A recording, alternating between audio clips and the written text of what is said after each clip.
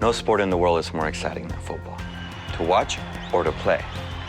We love it for its beauty, but we also love it for its relentless competition, until that final whistle blows. Hi, I'm Dr. Max Gomez, and this is CONCACAF's Winner's Health, your football source for keeping players healthy and in the game. In a highly competitive sport like football, physical contact is inevitable. But when it involves your head, contact can lead to concussion. Any one of these hits to the head could cause a concussion. A concussion is a brain injury, and it usually results from a sudden blow to the head. So concussions can produce a variety of symptoms, which may include a headache, alteration in level of consciousness, change in your behavior, problems with walking, problems with speech, etc. But since it's a brain injury and the brain requires treatment as well as rest, it's something that should be taken seriously. Especially kids' brains, which are still developing and are definitely more susceptible to concussion. A concussion typically happens when the head and body are moving and the head is suddenly propelled into either a fixed object or an object moving in the opposite direction. This collision causes the brain to bounce off the inner walls of the skull, resulting in injury to blood vessels and/or nerve fibers, even down to a virtually undetectable microscopic level. A cascade of chemical reactions may follow, which need time to recede if brain function is to return to normal. That's why any player suspected of suffering a concussion needs to be taken immediately out of the game and assessed.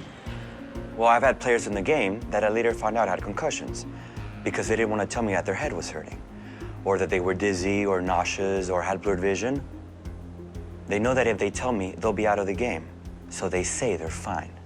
But it's dangerous to keep on playing with a concussion, because if you get one and you hit your head again, you can do even greater damage to your brain. Well, everyone who plays football for me now, I tell them, you have to be honest with yourself, and with me, the coach, because I can't tell if they've had a concussion just by looking at them. And that's a part of the problem. Concussions are difficult to diagnose. In fact, some experts call concussions the invisible injury, because head injuries are frequently hidden from view with no obvious outward signs like bleeding or bruising. Concussions, in fact, can be so invisible, even routine brain scans by a doctor may not pick them up. Which means in the past, lots of concussions have gone undiagnosed.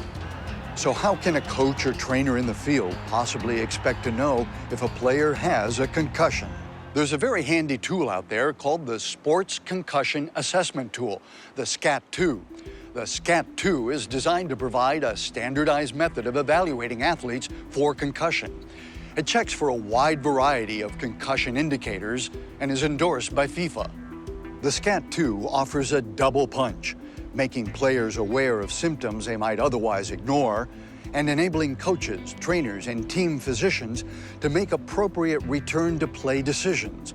Returning to play too early after receiving a concussion can be extremely dangerous. See, before the season even starts, we do a SCAT-2 baseline assessment test on each player, because what's normal is going to be different from player to player. This way, if a player takes a hit during the game or practice, we have something to measure their responses against. I think every team should do this with every player. Remember, a player doesn't have to be knocked unconscious to have a concussion. So if any symptoms of a concussion occur, the player should undergo a doctor's evaluation immediately. Symptoms are not always immediately apparent. A patient should be monitored for at least up to 48 hours following an initial concussion. Head trauma can lead to rare but life-threatening internal bleeding in and around the brain. Can concussions on the football field be prevented from happening in the first place? Never entirely. Even helmets can't guarantee a player won't get a concussion. Still, there are things a team can do to cut back on the risk of concussions. The good news is, heading a ball doesn't seem to cause a concussion. Research shows the forces simply aren't great enough. That said, ideally, you want to play with a ball that's in good condition, that's not taking on too much water, and is kept properly inflated. Oh, and make sure you're using the right ball size for kids. Coaches and trainers, their role is critical. They have a lot of power in determining how their players use and don't use their bodies. Elbows can be especially nasty weapons on the field. In fact, they're the main sources of concussions in male football players. So here's a special note for coaches and trainers. Instruct your players to keep their elbows down and away from oncoming heads. With female players, more concussions happen with head-to-head contact. So teach players to avoid highly dangerous maneuvers like flicking the ball backwards or closing their eyes and driving their heads forward like a charging bull. And if you're working with kids, never allow risky, messing around behavior outside the norms of play. Like heading balls kicked vertically way too high into the air. There's got to be zero tolerance for anyone kicking the ball directly into the head of an unsuspecting player. Always enforcing the rules. No exceptions. Not only in match play, but also in the practice pitch. Getting hit on the head may not seem like a very big deal. The fact is, any hard blow to the head can cause a concussion, and concussions are a very serious matter. What's this mean for football? Train right. Know the signs and symptoms. Teach and follow proper safety protocols. Concussions may never be entirely eliminated, but we can certainly cut back the risk. Thanks for joining us for CONCACAF's Winner's Health. Take care and stay healthy.